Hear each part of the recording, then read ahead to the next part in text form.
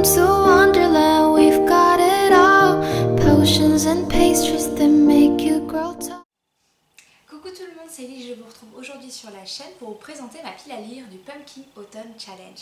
J'ai un peu tardé quand même, c'est pas comme si nous étions aujourd'hui le mercredi 25 septembre et que le challenge commençait le 1er.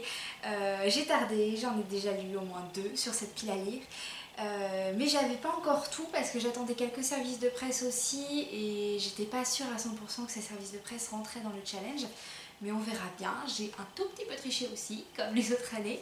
Et comme les années précédentes, je fais, vous savez, le défi de lire un livre pour chaque catégorie de chaque menu. Donc j'ai quand même une pile à lire qui est assez conséquente à mes côtés. Et je vais pouvoir vous présenter tout ça. Donc j'ai mon petit calepin comme d'habitude devant moi, je vais vous parler un petit peu de ces menus. Donc toujours si vous êtes nouveau sur la chaîne et si vous êtes nouveau pour ce challenge, le Pumpkin Autumn Challenge c'est un challenge littéraire qu'organise Guimauze du Terrier de Guimauze. Je vous mets son lien dans la barre d'information. C'est un challenge qui se déroule sur le temps de l'automne en fait, ça commence le 1er septembre et ça va jusqu'au fin novembre, le 30 novembre. Et voilà, et c'est autour de 3 menus. À chaque fois il y a un menu je crois récurrent ou 2 et elle change un petit peu les thématiques, les intitulés des menus en fonction voilà, de son ressenti, de ce qu'elle voit pour le challenge. Et cette année voilà, c'était une très très belle surprise pour cette année. Et donc ça vous permet de vider un peu votre pile à lire et de sortir des livres que vous ne pensiez pas lire pour cette année. Ça vous permet aussi de vous mettre vraiment dans le cocooning de l'automne à fond. Et c'est un super challenge et moi je le fais tous les ans. Voilà. Et vous pouvez le suivre. Vous pouvez suivre un petit peu mon avancée sur le blog si vous le souhaitez. Alors tous les liens sont en barre d'information. Et sinon je vous ferai de toute manière un bilan à la fin du challenge. Donc vous aurez ce bilan je pense début, soit au mois de novembre, soit début décembre. Et sinon, de toute manière, je pense vous tourner un petit vlog pour cette saison automnale. Le premier menu c'est Automne frissonnant et la première intitulée c'est L'esprit et le corps en un instant séparés se retrouvent et s'épousent pour l'éternité. On devait trouver un livre autour de Halloween, fantômes, possession, exorcisme, insectes et comédie. Et ou comédie. Alors moi j'ai tout visé sur le fantôme parce que j'ai choisi de lire Requiem pour les fantômes de Catherine Arden qui est sortie la semaine dernière, vendredi il me semble. Donc c'était les nouveautés du 20 septembre il me semble. Voilà, c'est édité par les éditions de Noël qui avaient fait du thé pour les fantômes, que je vous mets juste ici, qui a un titre magnifique. Si vraiment vous ne l'avez pas lu, il est idéal pour la saison et il vient juste d'arriver en version reliée. Donc une très très belle version avec un jaspage absolument magnifique que j'hésite beaucoup à m'acheter. Mais comme j'ai déjà la version brochée, il y a un petit dilemme. Donc on verra bien. Donc celui-ci ça se passe pendant la Première Guerre mondiale, il y a tout un regard autour des fantômes, autour des souvenirs aussi. Je n'en sais pas plus mais on est vraiment autour d'un titre un peu fantasy historique aussi. Donc je vais voir ce que ça va donner.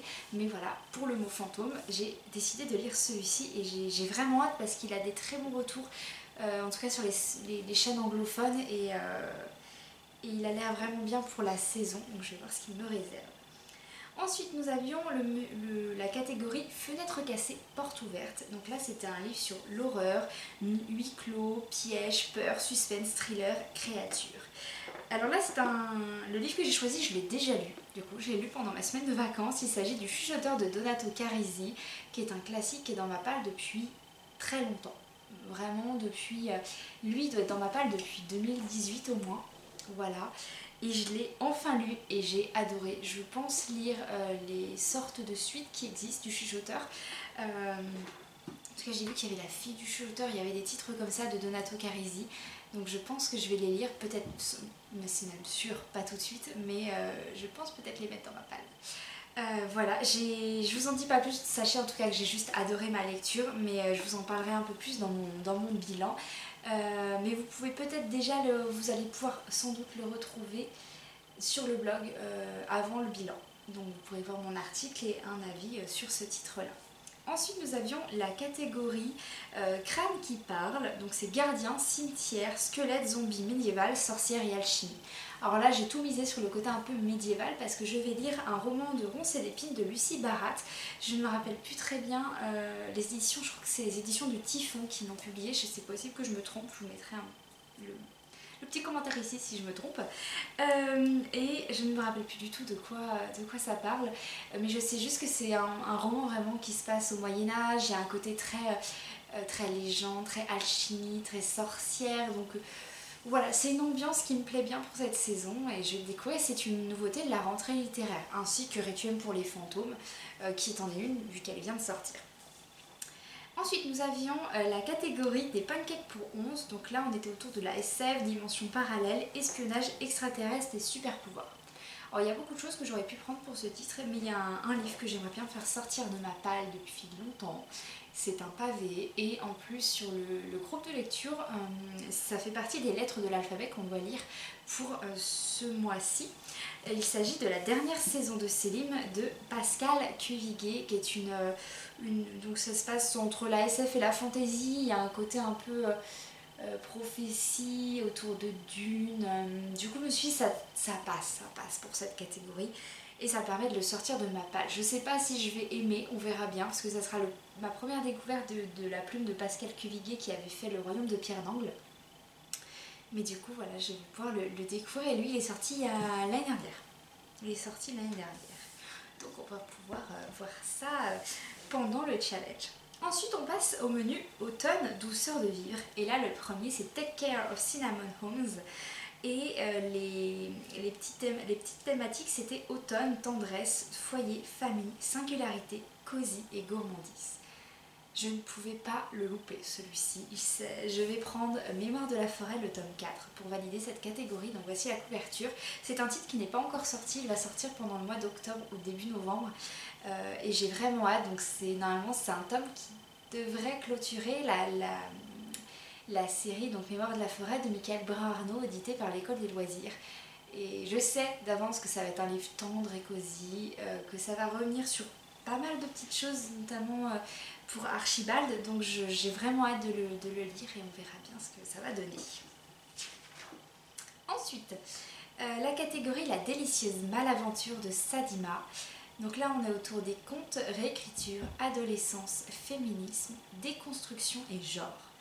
J'ai choisi de lire pour cette catégorie Reine de l'Ouest de H. Lenoir, qui est un titre dont on est le héros et il y a 20 fins possibles. C'est un titre que j'ai proposé pour la lecture commune de ce mois-ci sur le groupe parce que voilà, ça permettait à plein de monde de découvrir voilà, en tout cas ce style. Et ce que j'aimais bien, c'est le fait qu'il y ait énormément de fins possibles. Donc on pouvait voir où est-ce que chacun va atterrir pour sa fin et je trouvais ça vraiment très sympa, ce côté un peu on lit tous le même livre mais on va pas forcément avoir la même fin. C'était quelque chose qui m'emballait beaucoup, mais ça reste un pavé. Après ce qui est bien, c'est que c'est un pavé mais vous n'allez pas forcément lire tout le livre étant donné que vous sautez des chapitres pour faire votre propre destin. Alors c'est un livre qui est vraiment pour les ados parce qu'il contient des scènes explicites, on est à partir de 16 ans quand même. Et pour l'instant j'ai eu des très bons retours au niveau du style, donc celui-là pareil, j'ai hâte de m'y mettre. Ensuite l'autre catégorie c'était CAD, je suis contente d'être tombée de cet arbre.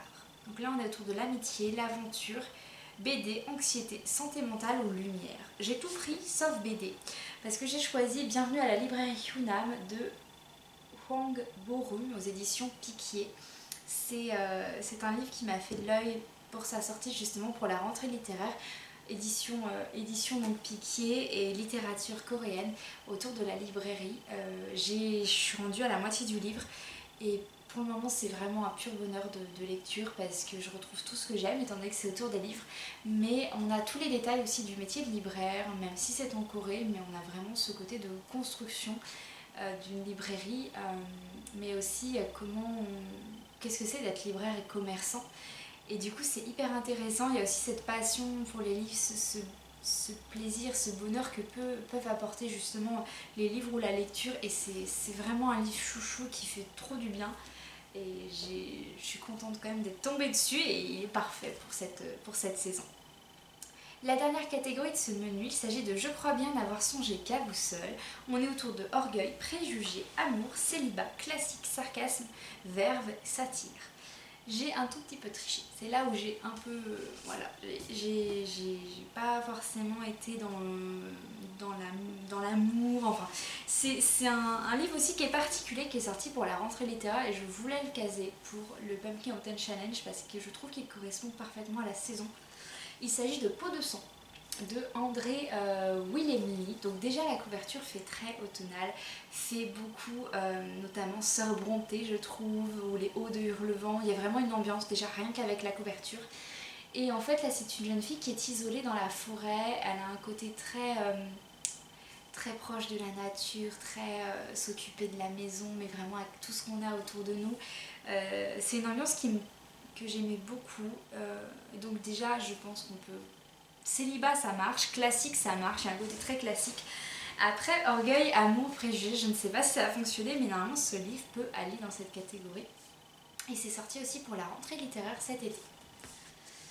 Ensuite on arrive au menu que Guimauve a créé, il s'agit de Automne crépusculaire et son idée, en tout cas son point de départ a été c'est les phalènes, je crois que oui c'est comme ça qu'on les appelle, les papillons de nuit en fait, c'est parti de là. Donc pour la première catégorie, il s'agit du règne des phalènes, donc âme, vie, mort, messager, magie, transformation, ombre animale, nocturne. Et là j'ai choisi un titre qui me fait de l'œil depuis sa sortie aux éditions La Talente, pardon. Il s'agit de Ni Dieu ni monstre de Cadwell Turnbull, avec une très belle couverture. Et là je trouve qu'on est autour justement de la transformation, de l'animal, peut-être même du messager, de la magie c'est sûr, et ça se passe au mois d'octobre, donc voilà, hein, il correspond parfaitement. Après j'en ai un autre que j'ai ramené hier, qui me tente beaucoup aussi, qui est sur les animaux, il est là. Il vient juste de sortir, c'est Animal, enfin il sort aujourd'hui, c'est Animal, le secret de Murphy de Amy Le Tertre, donc Amy LTR qui est la youtubeuse, voilà, c'est elle qui l'a écrit. Je trouve qu'il y a une grosse inspiration de Sweet Toast, rien qu'avec le résumé. Mais lui, comme il y a aussi autour des animaux, de la transformation, si je le lis avant celui-là, on va voir, mais il me tente bien, je pense le lire, surtout que c'est écrit assez gros, j'aimerais bien voir d'ailleurs si c'est vraiment pour les grands ados. C'est ça aussi parce que je trouve que le speech me fait beaucoup penser à la guerre, il y a un côté guerre des clans qui peut plaire et c'est la collection Wiz, donc je veux voir pour quel âge en fait, à partir de quel âge il peut être lu, mais je pense que ça peut être pour quand même un peu plus jeune que grands ados, donc on va voir. On va voir et ça sera peut-être 2 livres pour cette catégorie, mais pour l'instant c'est surtout celui-ci que j'ai choisi parce que je voulais le sortir de ma pile à lire. Ensuite la catégorie voyageuse contemplant une mer d'étoiles, romantisme, poésie, lyrisme, mystère, rêve, cauchemar, émotion, vague à l'âme. Là j'ai choisi un titre, mais ce titre-là, il est dans ma palle depuis le début, je crois, de la chaîne. Je l'ai trouvé, alors je pense que je l'ai trouvé par contre dans un vide-grenier, non c'est même sûr, je l'ai trouvé dans un vide-grenier. Mais je l'ai depuis le début quand même de la chaîne, donc ça remonte un peu. Et il s'agit de Jacobi de William Ritter aux éditions Bayard. C'est un livre dont Margot Liseuse avait parlé quand je la suivais. Je la suis toujours mais un petit peu moins, je la suivais au tout début du lycée. Et voilà, et je le sors de ma palle pour l'occasion parce que je trouve qu'il correspond parfaitement en fait à la catégorie. En tout cas, le ressenti que j'ai avec la couverture, avec un peu le résumé, je trouve que ça correspond à la catégorie de ce menu. Ensuite, on a la chute de l'or ailé. Alors là, on est autour de ange déchu, éthéré, prophétie, mémoire, roman choral, fleurs envoûtant et évanescent. J'ai aussi un peu triché, mais là, celui-ci, je voulais le mettre parce que c'est un titre qui sort aujourd'hui, qui a l'air très beau et qui aborde beaucoup de thématiques pour les adolescents. Il s'agit de Ne raccroche pas, de Julia Dessalles aux éditions Hachette. C'est un roman choral, parce qu'on a normalement 2 ou 3 points de vue. De ce que j'ai vu, j'ai ouvert le livre pour regarder un petit peu, on aurait 2 points de vue. Mais en tout cas, ça a l'air vraiment très beau. Je vais vous lire le résumé exceptionnellement, parce que voilà, c'est une nouveauté aussi, vous ne la connaissez peut-être pas. Alors, après la mort de sa mère, June est submergée par un chagrin insurmontable. C'est pour cette raison que son père installe une vieille cabine téléphonique hors d'usage dans leur jardin. Là, June trouve refuge et réconfort lorsqu'elle éprouve le besoin de parler à sa mère. Jusqu'au jour où, contre toute logique, quelqu'un lui répond. L'adolescent, qui se présente sous le nom de Lucas, est joyeux, aime la poésie et surtout il fait rire June. Ils se lient rapidement d'amitié même si elle continue de douter de leurs échanges très mystérieux. Tout comme elle s'interroge sur cet étrange garçon qui, derrière sa capuche, l'observe souvent à la sortie du lycée. June ignore encore que les destins de ces jeunes hommes sont en réalité tragiquement liés aux siens. 3 cœurs, 2 voix et un lien qui transcende les frontières de la vie. Voilà, c'est un titre. Je sens que je vais pleurer pour ce livre parce que rien que le résumé, il fait il travaille un peu. Mais c'est un titre qui va être très très beau, je pense, et très émouvant. Et voilà, il sortait aujourd'hui, donc si vous intéresse, foncez en librairie. Et pour la dernière catégorie de notre dernier menu, il s'agit du Crépuscule des Cides. Là, on est autour des elfes, démons, crépuscule, mythologie, légende, petit peuple, fantaisie et nature. Et j'ai pu enfin sortir un classique de ma pile à lire. Il s'agit du Roi des Aulnes de Michel Tournier. Et on est exactement dans cette ambiance-là, dans cette légende, dans ce mythe du Roi des Aulnes et de ce classique aussi de la littérature française. Donc j'avais vraiment hâte de le sortir et de le bouquiner, sachant que j'ai lu, vous savez, c'est Gilded de Marissa Meyer qui est autour du Roi des Aulnes aussi. Et ça m'a donné encore plus envie de le découvrir celui-ci. Donc on va voir ce que ça va donner, j'ai trop hâte. J'ai vraiment hâte de lire tous ces livres. D'habitude j'ai hâte aussi, mais là je suis vraiment dans l'ambiance et j'ai un élan de lecture qui fait du bien et qui fait plaisir. Donc on va voir un petit peu ce que ça va donner aussi, j'ai vraiment hâte. Donc voilà pour toute cette pile à lire. Il y a des titres que vous allez retrouver au fur et à mesure parce que certains sont déjà prévus pour la pile à lire de octobre ou de novembre. Donc du coup vous allez forcément les voir passer sur la chaîne aussi pour vous présenter ces piles à lire là. Et je suis bien avancée pour ma pile à lire de septembre. Je vous ferai évidemment un petit bilan pour savoir ce que j'ai lu. Après vous le voyez dans les updates lecture aussi. Mais voilà, pour savoir si j'ai respecté mon défi, mes engagements, mes challenges, tout ça. Et puis de toute façon, tout ce que je vous dis, au fur et à mesure, ça sort en fait sur le blog. Donc vous pouvez en avant-première voir un petit peu ce qui va se passer sur la chaîne. Mais sachant que sur le blog, je reste des fois un peu plus légère en termes de contenu que ce que je peux vous dire à l'oral. Ou alors inversement. Désolée, il y a des travaux qui ont commencé, mais ça fait un bruit un peu bizarre d'ailleurs. Et voilà, donc j'espère que ça vous a plu. N'hésitez pas à me dire en commentaire ce que vous en avez pensé, si vous avez déjà vu passer ces titres là, s'il y en a qui vous intéressaient pour justement les sorties. N'hésitez pas à me le mettre en commentaire, ça sera avec grand plaisir. Et puis en attendant la prochaine vidéo, je vous dis à bientôt et je vous souhaite une très bonne lecture.